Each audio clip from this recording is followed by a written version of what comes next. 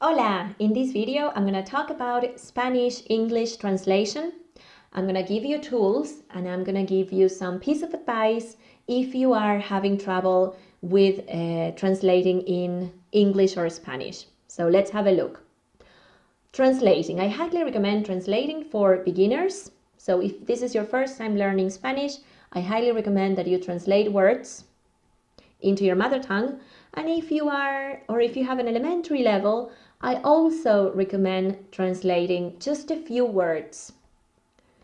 But first, I suggest that you identify the type of intelligence that you have. You may be visual, so for you it will be easier to remember photos, videos, or colors. So instead of translating, maybe you can have a look at a photo and that will help you to remember or memorize that word. Or maybe you have verbal or linguistic intelligence, and for you explanations with phrases, it's easier to remember.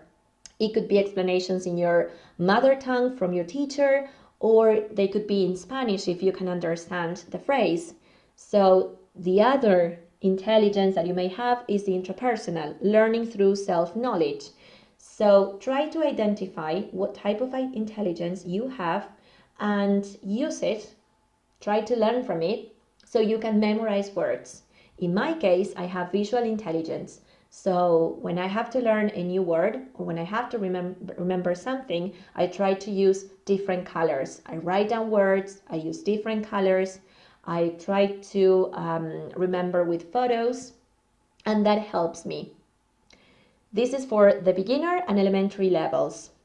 Let's have a look at people that may have intermediate or advanced levels. So I highly recommend that you use a monolingual dictionary. So you use the Spanish monolingual dictionary. Translation is not a good long-term strategy. So if you have an intermediate level and you are still translating, this won't be useful for you in the long term because you'll probably forget the word. Understand through context. If you're reading a book or if you're reading a text and you don't understand one word, just keep on reading and try to understand through context.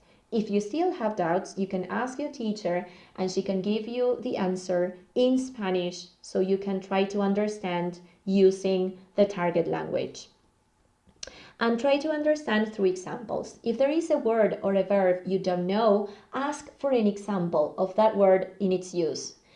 And this will help you to remember that word in context and using it for real. Some translating tools that I always recommend my students are Reference, Spanish Dict, or dictionary.cambridge.org, lingui.com, or lexico.com Oxford. I'm going to leave you with all the links below the video. These are very good dictionaries. You can also use RAE, which is the Spanish dictionary, the official Spanish dictionary. I'm going to give a link below so you can have a look at that as well. So remember, if you are a beginner, you can translate, but you can also have a look at photos, or you can also have a look at that word being used. If you have a higher level, start using a monolingual dictionary. So that's all for me. I hope you have found this video useful. If you have any questions or comments, please leave them below. You can follow me on my Facebook page, Florencia Spanish Online Teacher, for more learning updates. Nos vemos pronto. Chao.